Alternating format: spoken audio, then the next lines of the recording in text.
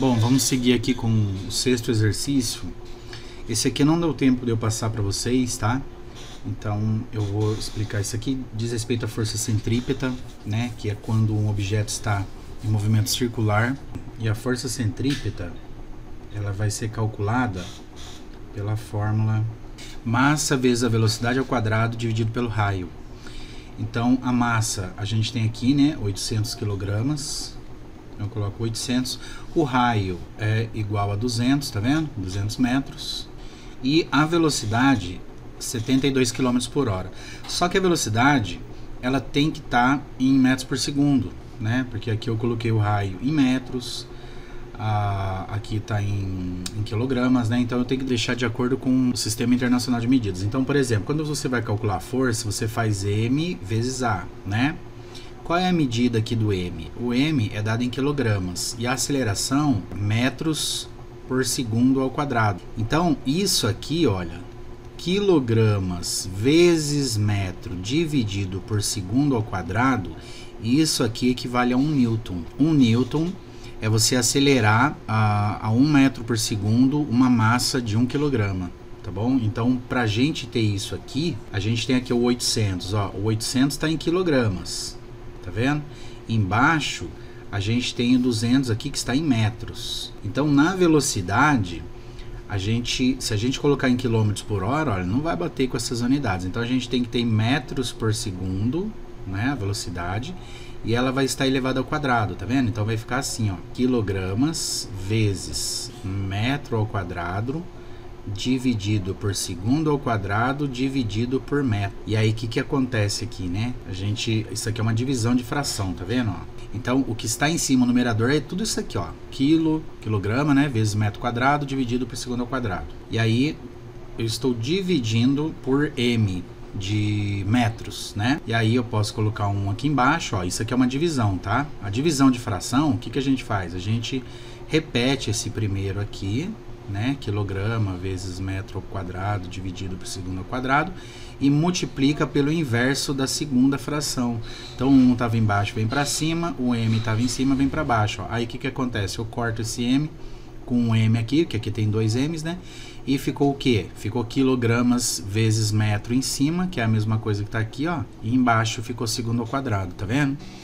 Então eu tenho que transformar esses 72 km por hora em metros por segundo.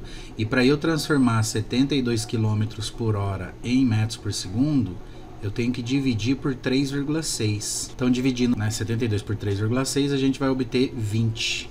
E aí, 20 metros por segundo. Então, a velocidade aqui, nesse problema, né? Esse 72 km por hora, ele corresponde a 20 metros por segundo. Tá certo? Deixa tudo no Sistema Internacional de Unidades, que aí dá certo, né?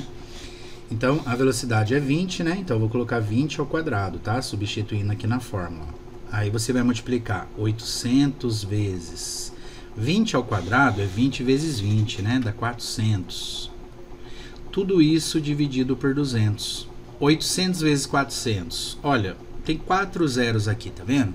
Deixa de lado esses 4 zeros e multiplica só o 8 vezes 4. 8 vezes 4 dá 32. Agora eu venho e devolvo os 4 zeros, né? Os dois aqui do 800 e os 2 zeros do 400. Divido por 200, ó. Na divisão, eu corto 2 zeros de cima com 2 zeros de baixo e faço essa conta, ó. 3.200 dividido por 2. Então, a força centrípeta aí vai ser de 1.600 newtons, desculpa. Força é newton, né, professor?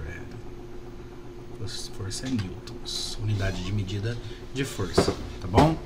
Então vai ser a letra C aí, ó. Vamos para 7? Sétima questão.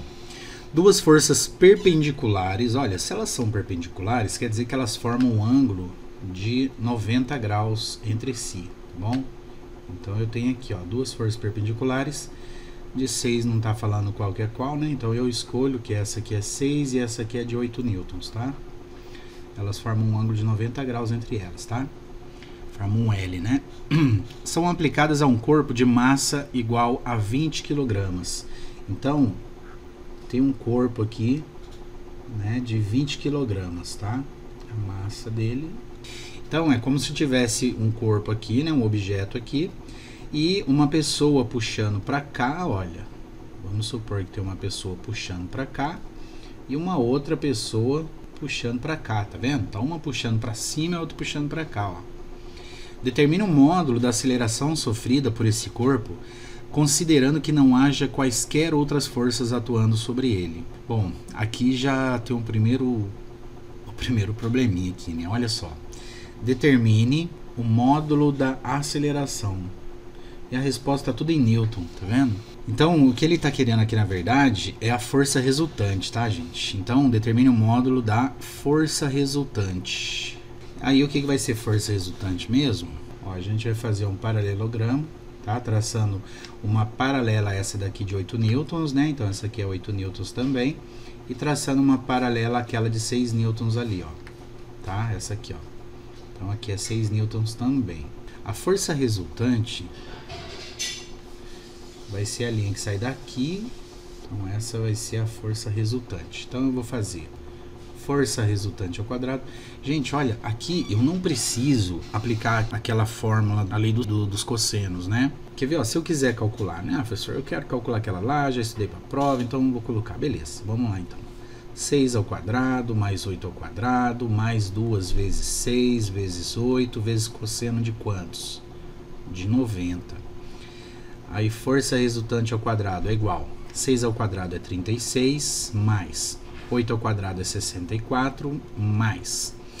Você vai multiplicar isso aqui, ó, 2 vezes 6 vezes 8. 6 vezes 8, 48, vezes 2, 96, vezes cosseno de 90. Cosseno de 90 é zero, tá vendo? Então, esse 96 vezes zero dá zero, ó. E aí, o que ficou? Só 36 mais 64. Aqui, como o triângulo é retângulo, olha, é teorema de Pitágoras, tá bom? É só você, o quadrado da hipotenusa, né, que é o FR aqui. Deixa eu desenhar ele mais bonitinho aqui, né? Então, esse aqui é o FR, tá vendo?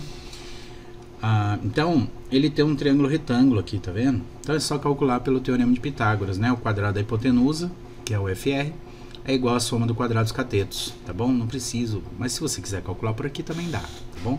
Então, vai ficar FR ao quadrado igual a 36 mais 64, dá 100. Aí, para achar o valor do FR, né, eu coloco 100 na raiz quadrada, a força resultante vai ser de 10 newtons. Então, sempre que tiver duas forças perpendiculares, né, é só usar o teorema de Pitágoras, tá? Então, aqui vai ser a letra A, certo? Vamos para 8ª questão. Um corpo de 2 kg desliza ao longo de um plano inclinado em um ângulo de 60 graus. Então, deixa eu ver aqui esse ângulo. Então, ó, um corpo de 2 kg, né? Imagina que seja, sei lá, vamos desenhar uma caixinha aqui, né? Então, tem uma caixinha aqui, a massa dela é de 2 kg e ela está deslizando ao longo de um plano inclinado com em um ângulo de 60 graus com relação à superfície horizontal, tá? Sob a influência da gravidade. Então, soltaram esse corpo lá e não foi aplicada força nenhuma, só soltaram e a força da gravidade fez o trabalho, né? Sabendo que o corpo desliza com velocidade constante, o módulo da força resultante sobre esse corpo é igual a... Então, ele quer saber o módulo da força resultante. A força resultante é m vezes a, né? Massa vezes aceleração. Só que como ele está a velocidade constante, qual vai ser a aceleração dele? A aceleração dele vai ser zero, concorda? Então você vai fazer 2 vezes 0. E 2 vezes 0 é 0, tá? A aceleração é variação de velocidade. Se não tem variação de velocidade, a aceleração é 0, tá certo? E se não tem aceleração, a força é nula. Então aqui vai ser letra B, tá? Vamos para 9? Questão 9. Uma força de magnitude F é aplicada a um corpo de massa M1.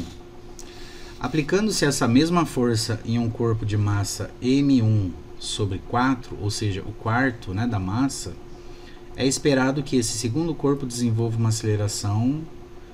Então, a gente quer saber a aceleração, tá? Então, olha, no primeiro, vou colocar aqui, ó, corpo 1, e aqui vou colocar corpo 2. No corpo 1, a fórmula vai ser F igual a M1 vezes A. No corpo 2, a força vai ser a mesma, né? A massa vai ser M1 sobre 4 e a aceleração vai ser A. Aqui a aceleração vai ser A1 e a aceleração vai ser A2, tá? Aí, gente, olha, a força é a mesma. Se a força é a mesma, eu posso falar que F, esse F é igual a F do 2 ali, né? A força é igual. Então, eu posso dizer que M1A1, M1 vezes A1, é igual a M1 sobre 4 vezes A2. E aí, o que eu posso fazer aqui? Deixa eu ver. Eu posso dividir, olha, isso aqui é isso aqui, ó. M1 vezes A1 igual M1 vezes A2 dividido por 4. Ou então fazer uma regra de 3, né? Deixa eu fazer uma regra de 3 que fica melhor para ver. M1 vezes A2 é igual 4 vezes M1A1. Aí, isola o A2, ó. Isola. A2 igual a 4M1 vezes A1 dividido por M1. Tá vendo? Aqui eu posso cortar o M1 com M1, ó. Então, o A2 vai ser igual a 4A1, certo? Aí vamos supor, nossa, professor, não entendi nada. A maioria dos alunos odeia cálculo algébrico, né? Mas o que já dá para eu ver aqui? Que a aceleração no corpo 2 é 4 vezes maior que a aceleração no corpo 1, né? Agora vamos supor que você queira fazer isso de uma outra maneira. O que você faz, gente? A força não é a mesma? A força é a mesma. Então inventa um número, coloca aqui 100. O F é 100, tá? Aqui também é 100.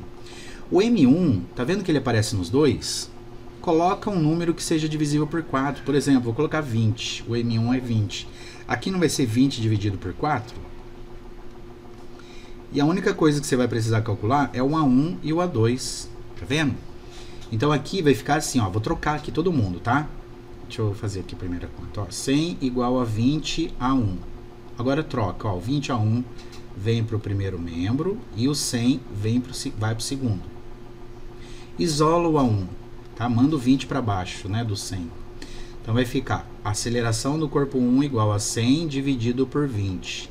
Então A1 vai dar 5, né? 5 metros por segundo ao quadrado, tá? Aí beleza, calculei A1. Agora eu quero calcular 2. O A2 vai ficar assim, ó, 100 igual. 20 dividido por 4 dá 5, né? 5 A2. Aí troca, entendeu? Fica 5 A2 igual a 100. Isola o A2, joga os 5 tá multiplicando, né? Passa para lá dividindo. O A2 vai dar 20 metros por segundo ao quadrado. Tá vendo? O que aconteceu? Você deu um valor para F, você deu um valor para M1, já que era o mesmo nos dois corpos, você pode fazer isso, é o mesmo valor, então qualquer número que seja, qualquer valor que seja, vai ser o mesmo para as duas contas, tá? E aí o que você observa? O que você tem que ser capaz de observar? Que a aceleração no corpo 2, ela deu 20 e do corpo 1 deu 5, né? Ou seja, a do 20 deu 4 vezes maior, a do corpo 2 deu 4 vezes maior que no corpo 1, que é o que tinha dado aqui, ó, a aceleração do corpo 2 deu 4 vezes a aceleração do corpo 1, entendeu? Então vamos lá, ó.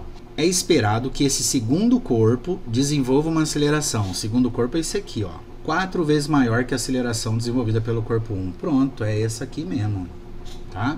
8 vezes menor que a aceleração desenvolvida pelo corpo 1. Não. Igual à aceleração desenvolvida pelo corpo 1. Também não. 4 vezes menor que a aceleração desenvolvida pelo corpo 1. Também não. Ela é 4 vezes maior, né? E aqui, gente, é fácil você imaginar essa situação, porque a força é a mesma. Agora imagina que aqui no corpo 1 você tenha uma massa lá. Você está empurrando, por exemplo, algum corpo, tá? De 20 quilos aqui, por exemplo.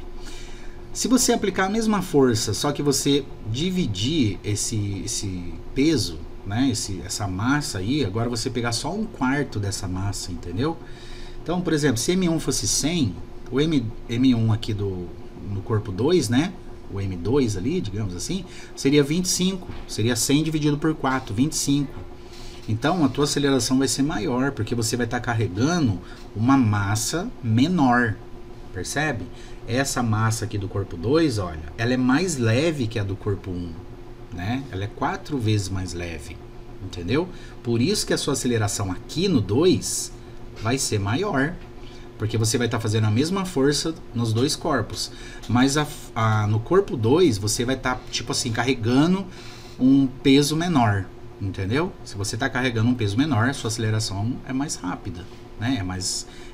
tem um módulo maior, tá? Imagina você tá carregando ali de bicicleta, você tá carregando uma pessoa de